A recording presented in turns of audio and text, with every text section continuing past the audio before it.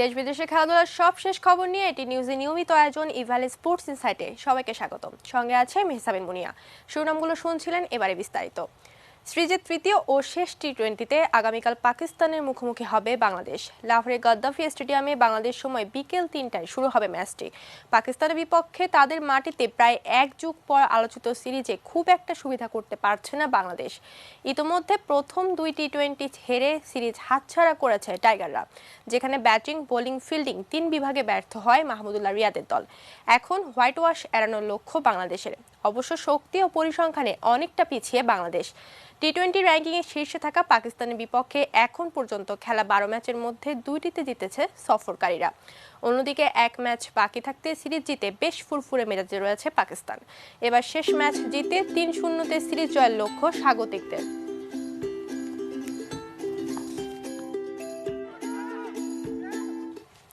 ফেব্রুয়ারিতে ঘরের মাটিতে অনুষ্ঠেয় জিম্বাবুয়ের বিপক্ষে পূর্ণাঙ্গ সিরিজের সূচি ঘোষণা করেছে বিসিবি। ১৫ ফেব্রুয়ারি দেশের মাটিতে পা রাখবে জিম্বাবুয়ে। এরপর ১৮-১৯ তারিখে তারা ২ দিনের প্রস্তুতি ম্যাচ খেলবে বিসিবি একাদশের বিপক্ষে। সিরিজের একমাত্র টেস্ট মিরপুর অনুষ্ঠিত হবে ২২ ফেব্রুয়ারি। ১, ৩ ও ৬ মার্চ চট্টগ্রামে জহুর আহমেদ চৌধুরী স্টেডিয়ামে ৩টি ওয়ানডে খেলবে দুই দল। টি-20-র মধ্য দিয়ে সিরিজের পরিসমাপ্তি ঘটবে। ৯ মার্চ প্রথম টি-20 আর সিরিজের শেষ ম্যাচে মাঠে গড়াবে এর দুদিন পর। এর একদিন পর দেশ ছাড়বে আফ্রিকার দলটি।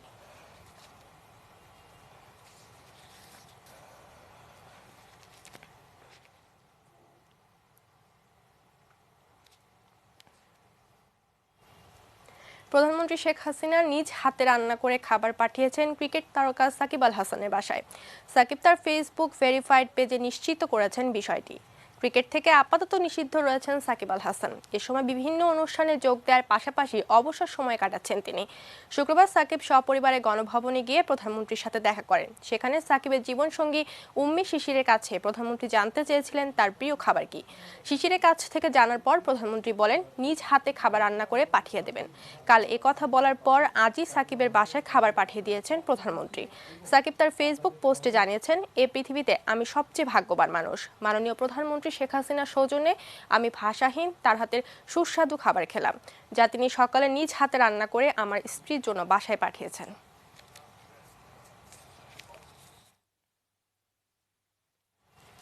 দ্বিতীয় টি-20তে নিউজিল্যান্ডকে ৭ উইকেটে হারিয়ে ৫ ম্যাচ সিরিজে ২-০ ব্যবধানে এগিয়ে গেল ভারত। নিউজিল্যান্ডের ১৩৩ রানের টার্গেটে ব্যাট করতে নেমে ৩ উইকেট হারিয়ে জয় তুলে নেয় টিম ইন্ডিয়া। অকল্যান্ডে টস জিতে ব্যাট করতে নেমে দলীয় ৪৮ রানে বিদায় নেন মার্টিন গাপটিল। তার ব্যাট থেকে ৮০-তে ৩০। দলের রান যখন ৬৮, তখন প্যাভিলিয়নে ফেরেন ব্যক্তিগত ২৬ রান করা কলিন মুনরো।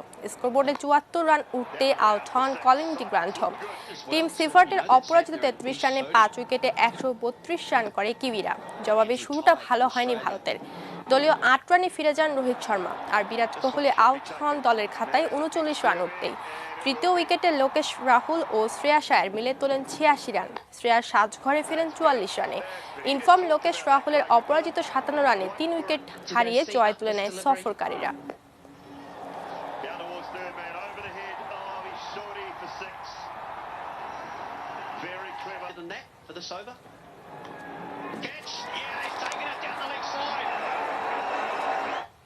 ইভ্যালি স্পোর্টস ইনসাইটের সময় হলো বিরতি নেয়ার। বিরতি পর্যা থাকছে।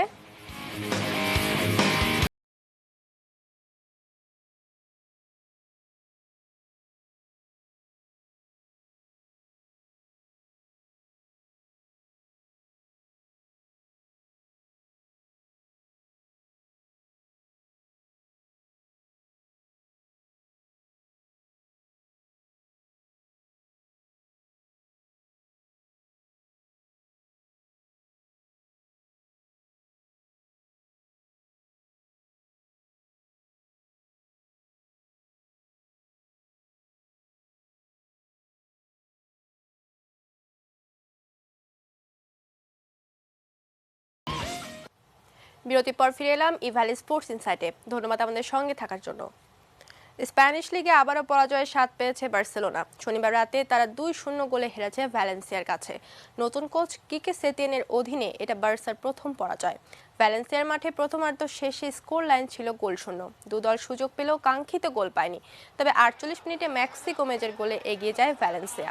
77 মিনিটে নিজের ও দলের পক্ষে দ্বিতীয় গোল করেন ভ্যালেন্সিয়ার ম্যাক্সি গোমেজ। এরপর আর কোনো দল গোলের দেখা না পেলে 2-0 গোলের পরাজয় নিয়ে মাঠ ছাড়ে কাতালানরা। 2007 সালের পর আবারও ভ্যালেন্সিয়ার মাঠে পরাজয়ের স্বাদ পেল বার্সা। এই পরাজয়ের পরও 21 ম্যাচে 43 পয়েন্ট নিয়ে টেবিলের শীর্ষেই আছে বার্সেলোনা। সমান সংখ্যক খেলায় 34 পয়েন্ট নিয়ে দ্বিতীয় স্থানে ভ্যালেন্সিয়া।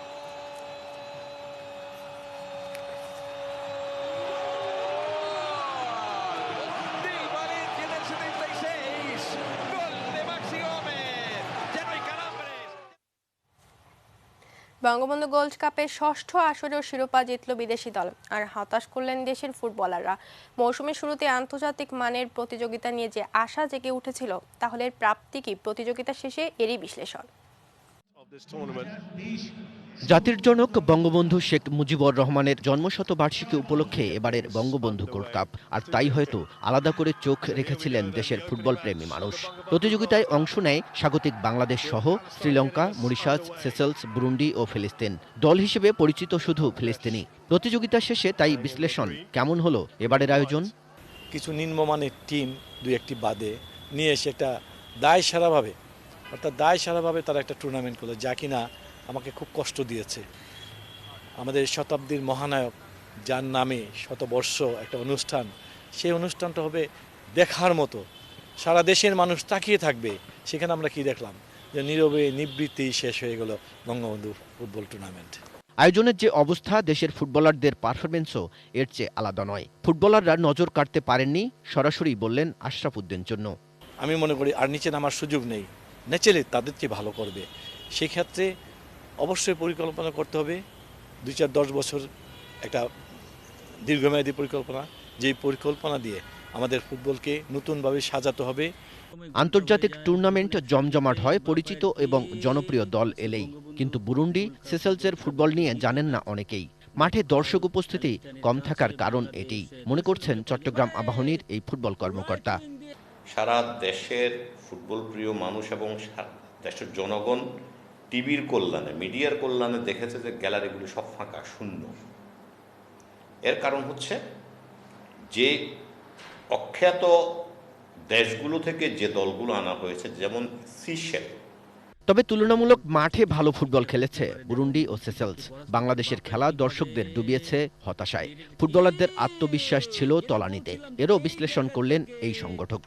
আজকে আমাদের স্ট্রাইকিং জোন বলতে কিছু নেই, ফিনিশার নাই, গোল করার মতো কোনো খেলোয়াড় বাংলাদেশের জাতীয় টিমে নেই।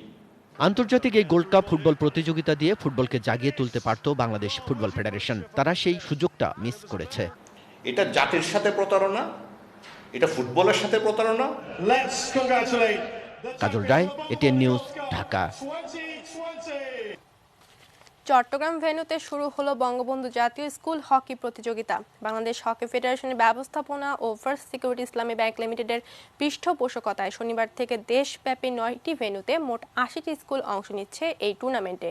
চট্টগ্রাম প্রতিনিধি মনিরুল ইসলাম রিপোর্টে বিস্তারিত।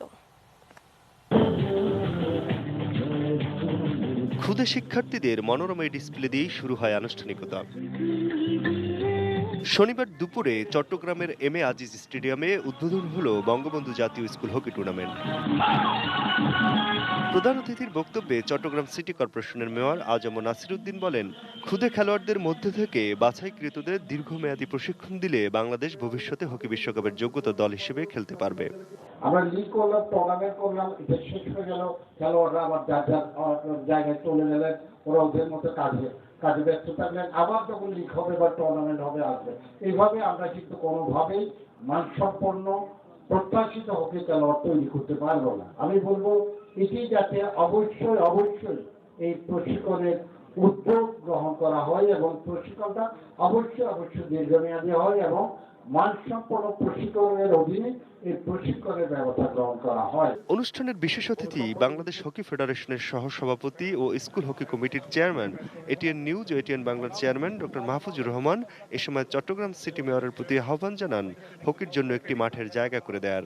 আমরা বাংলাদেশের প্রত্যন্ত অঞ্চল থেকে এই ছোট ছোট ছেলে মেয়েদেরকে বাছাই করে নিয়ে এসে তাদেরকে প্রশিক্ষণ দিয়ে জাতীয় খেলোয়াড় বানাবার আমাদের মূল উদ্দেশ্য। আমাদের আগামীতে খেলোয়াড় দরকার, সেই জন্য এই প্রতিযোগিতার আয়োজন। আমরা হকি ফেডারেশনের সকলেই, আমাদের ফেডারেশনের সকল সদস্য, আমাদের স্বপ্ন আমরা 2022 সালে ওয়ার্ল্ড কাপ খেলব। উদ্বোধনী খেলায় Chattogram city corporation municipal model school and college 10-1 গোলে ফেনীর সোনাপুর উচ্চ বিদ্যালয়কে হারায়। Aminul Islam, desk report, ATN news. Australian ওপেনের পুরুষ এককে রজার ফেদেরার, নোভাক জকোভিচ এবং মিলোস রাওনিক, নারী এককে পেট্রা কোভিতোভা ও সেফিয়া কেনিন কোয়ার্টার ফাইনাল নিশ্চিত করেছে। রড লেভার অ্যারেনের শুরু থেকে দুর্দান্ত ছিল র্যাঙ্কিংয়ে 2 নম্বর মেরিন আরিয়া সাক্কারির সঙ্গে প্রথম সেট জমিয়ে তোলে পেট্রা কোভিতোভা। প্রথম সেট গড়ায় টাই ব্রেকারে, সেখানে 6-7 গেমে পরাজিত হয় কেভিতোভা। এরপর দ্বিতীয় সেটে এসে ঘুরে দাঁড়ায় র্যাঙ্কিংয়ে 8 নম্বর এই তারকা। 6-3 গেমে জিতে নেয় সেই সেট। তৃতীয় সেটে কোনো প্রতিরোধ করতে পারেননি সিলিচ। 6-2 গেমে জিতে সেরা 8 নিশ্চিত করেন চেক প্রজাতন্ত্রের এই টেনিস খেলোয়াড়।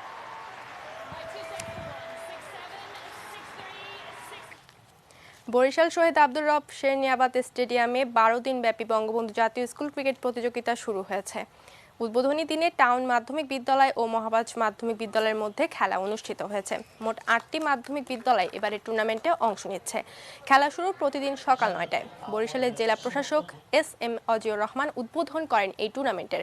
এ সময় অন্যদের মধ্যে বরিশালের অতিরিক্ত জেলা প্রশাসক ও বরিশাল জেলা ক্রীড়া সংস্থার সদস্য সচিব প্রশান্ত কুমার দাস সহ অন্যরা উপস্থিত ছিলেন। টাঙ্গাইলের মধুপুর উপজেলা লালমাটির পাহাড়ি অঞ্চলে অনুষ্ঠিত হয়েছে ঐতিহ্যবাহী ঘোড়দৌড় প্রতিযোগিতা। দর্শক, তারই কিছু অংশ দেখতে দেখতে শেষ করব আজকের sports insight.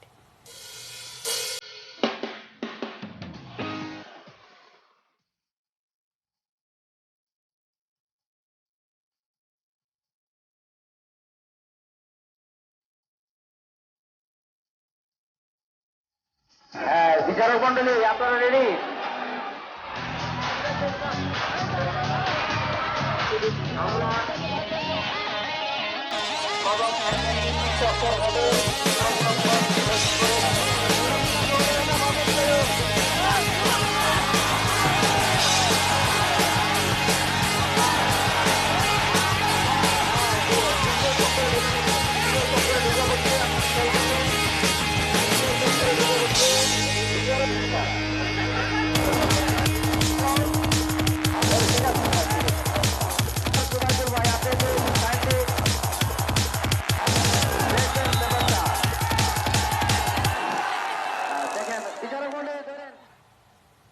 Evaly sports insight শেষ করার আগে সুনামগুলো জানিয়ে দিচ্ছি আরও একবার।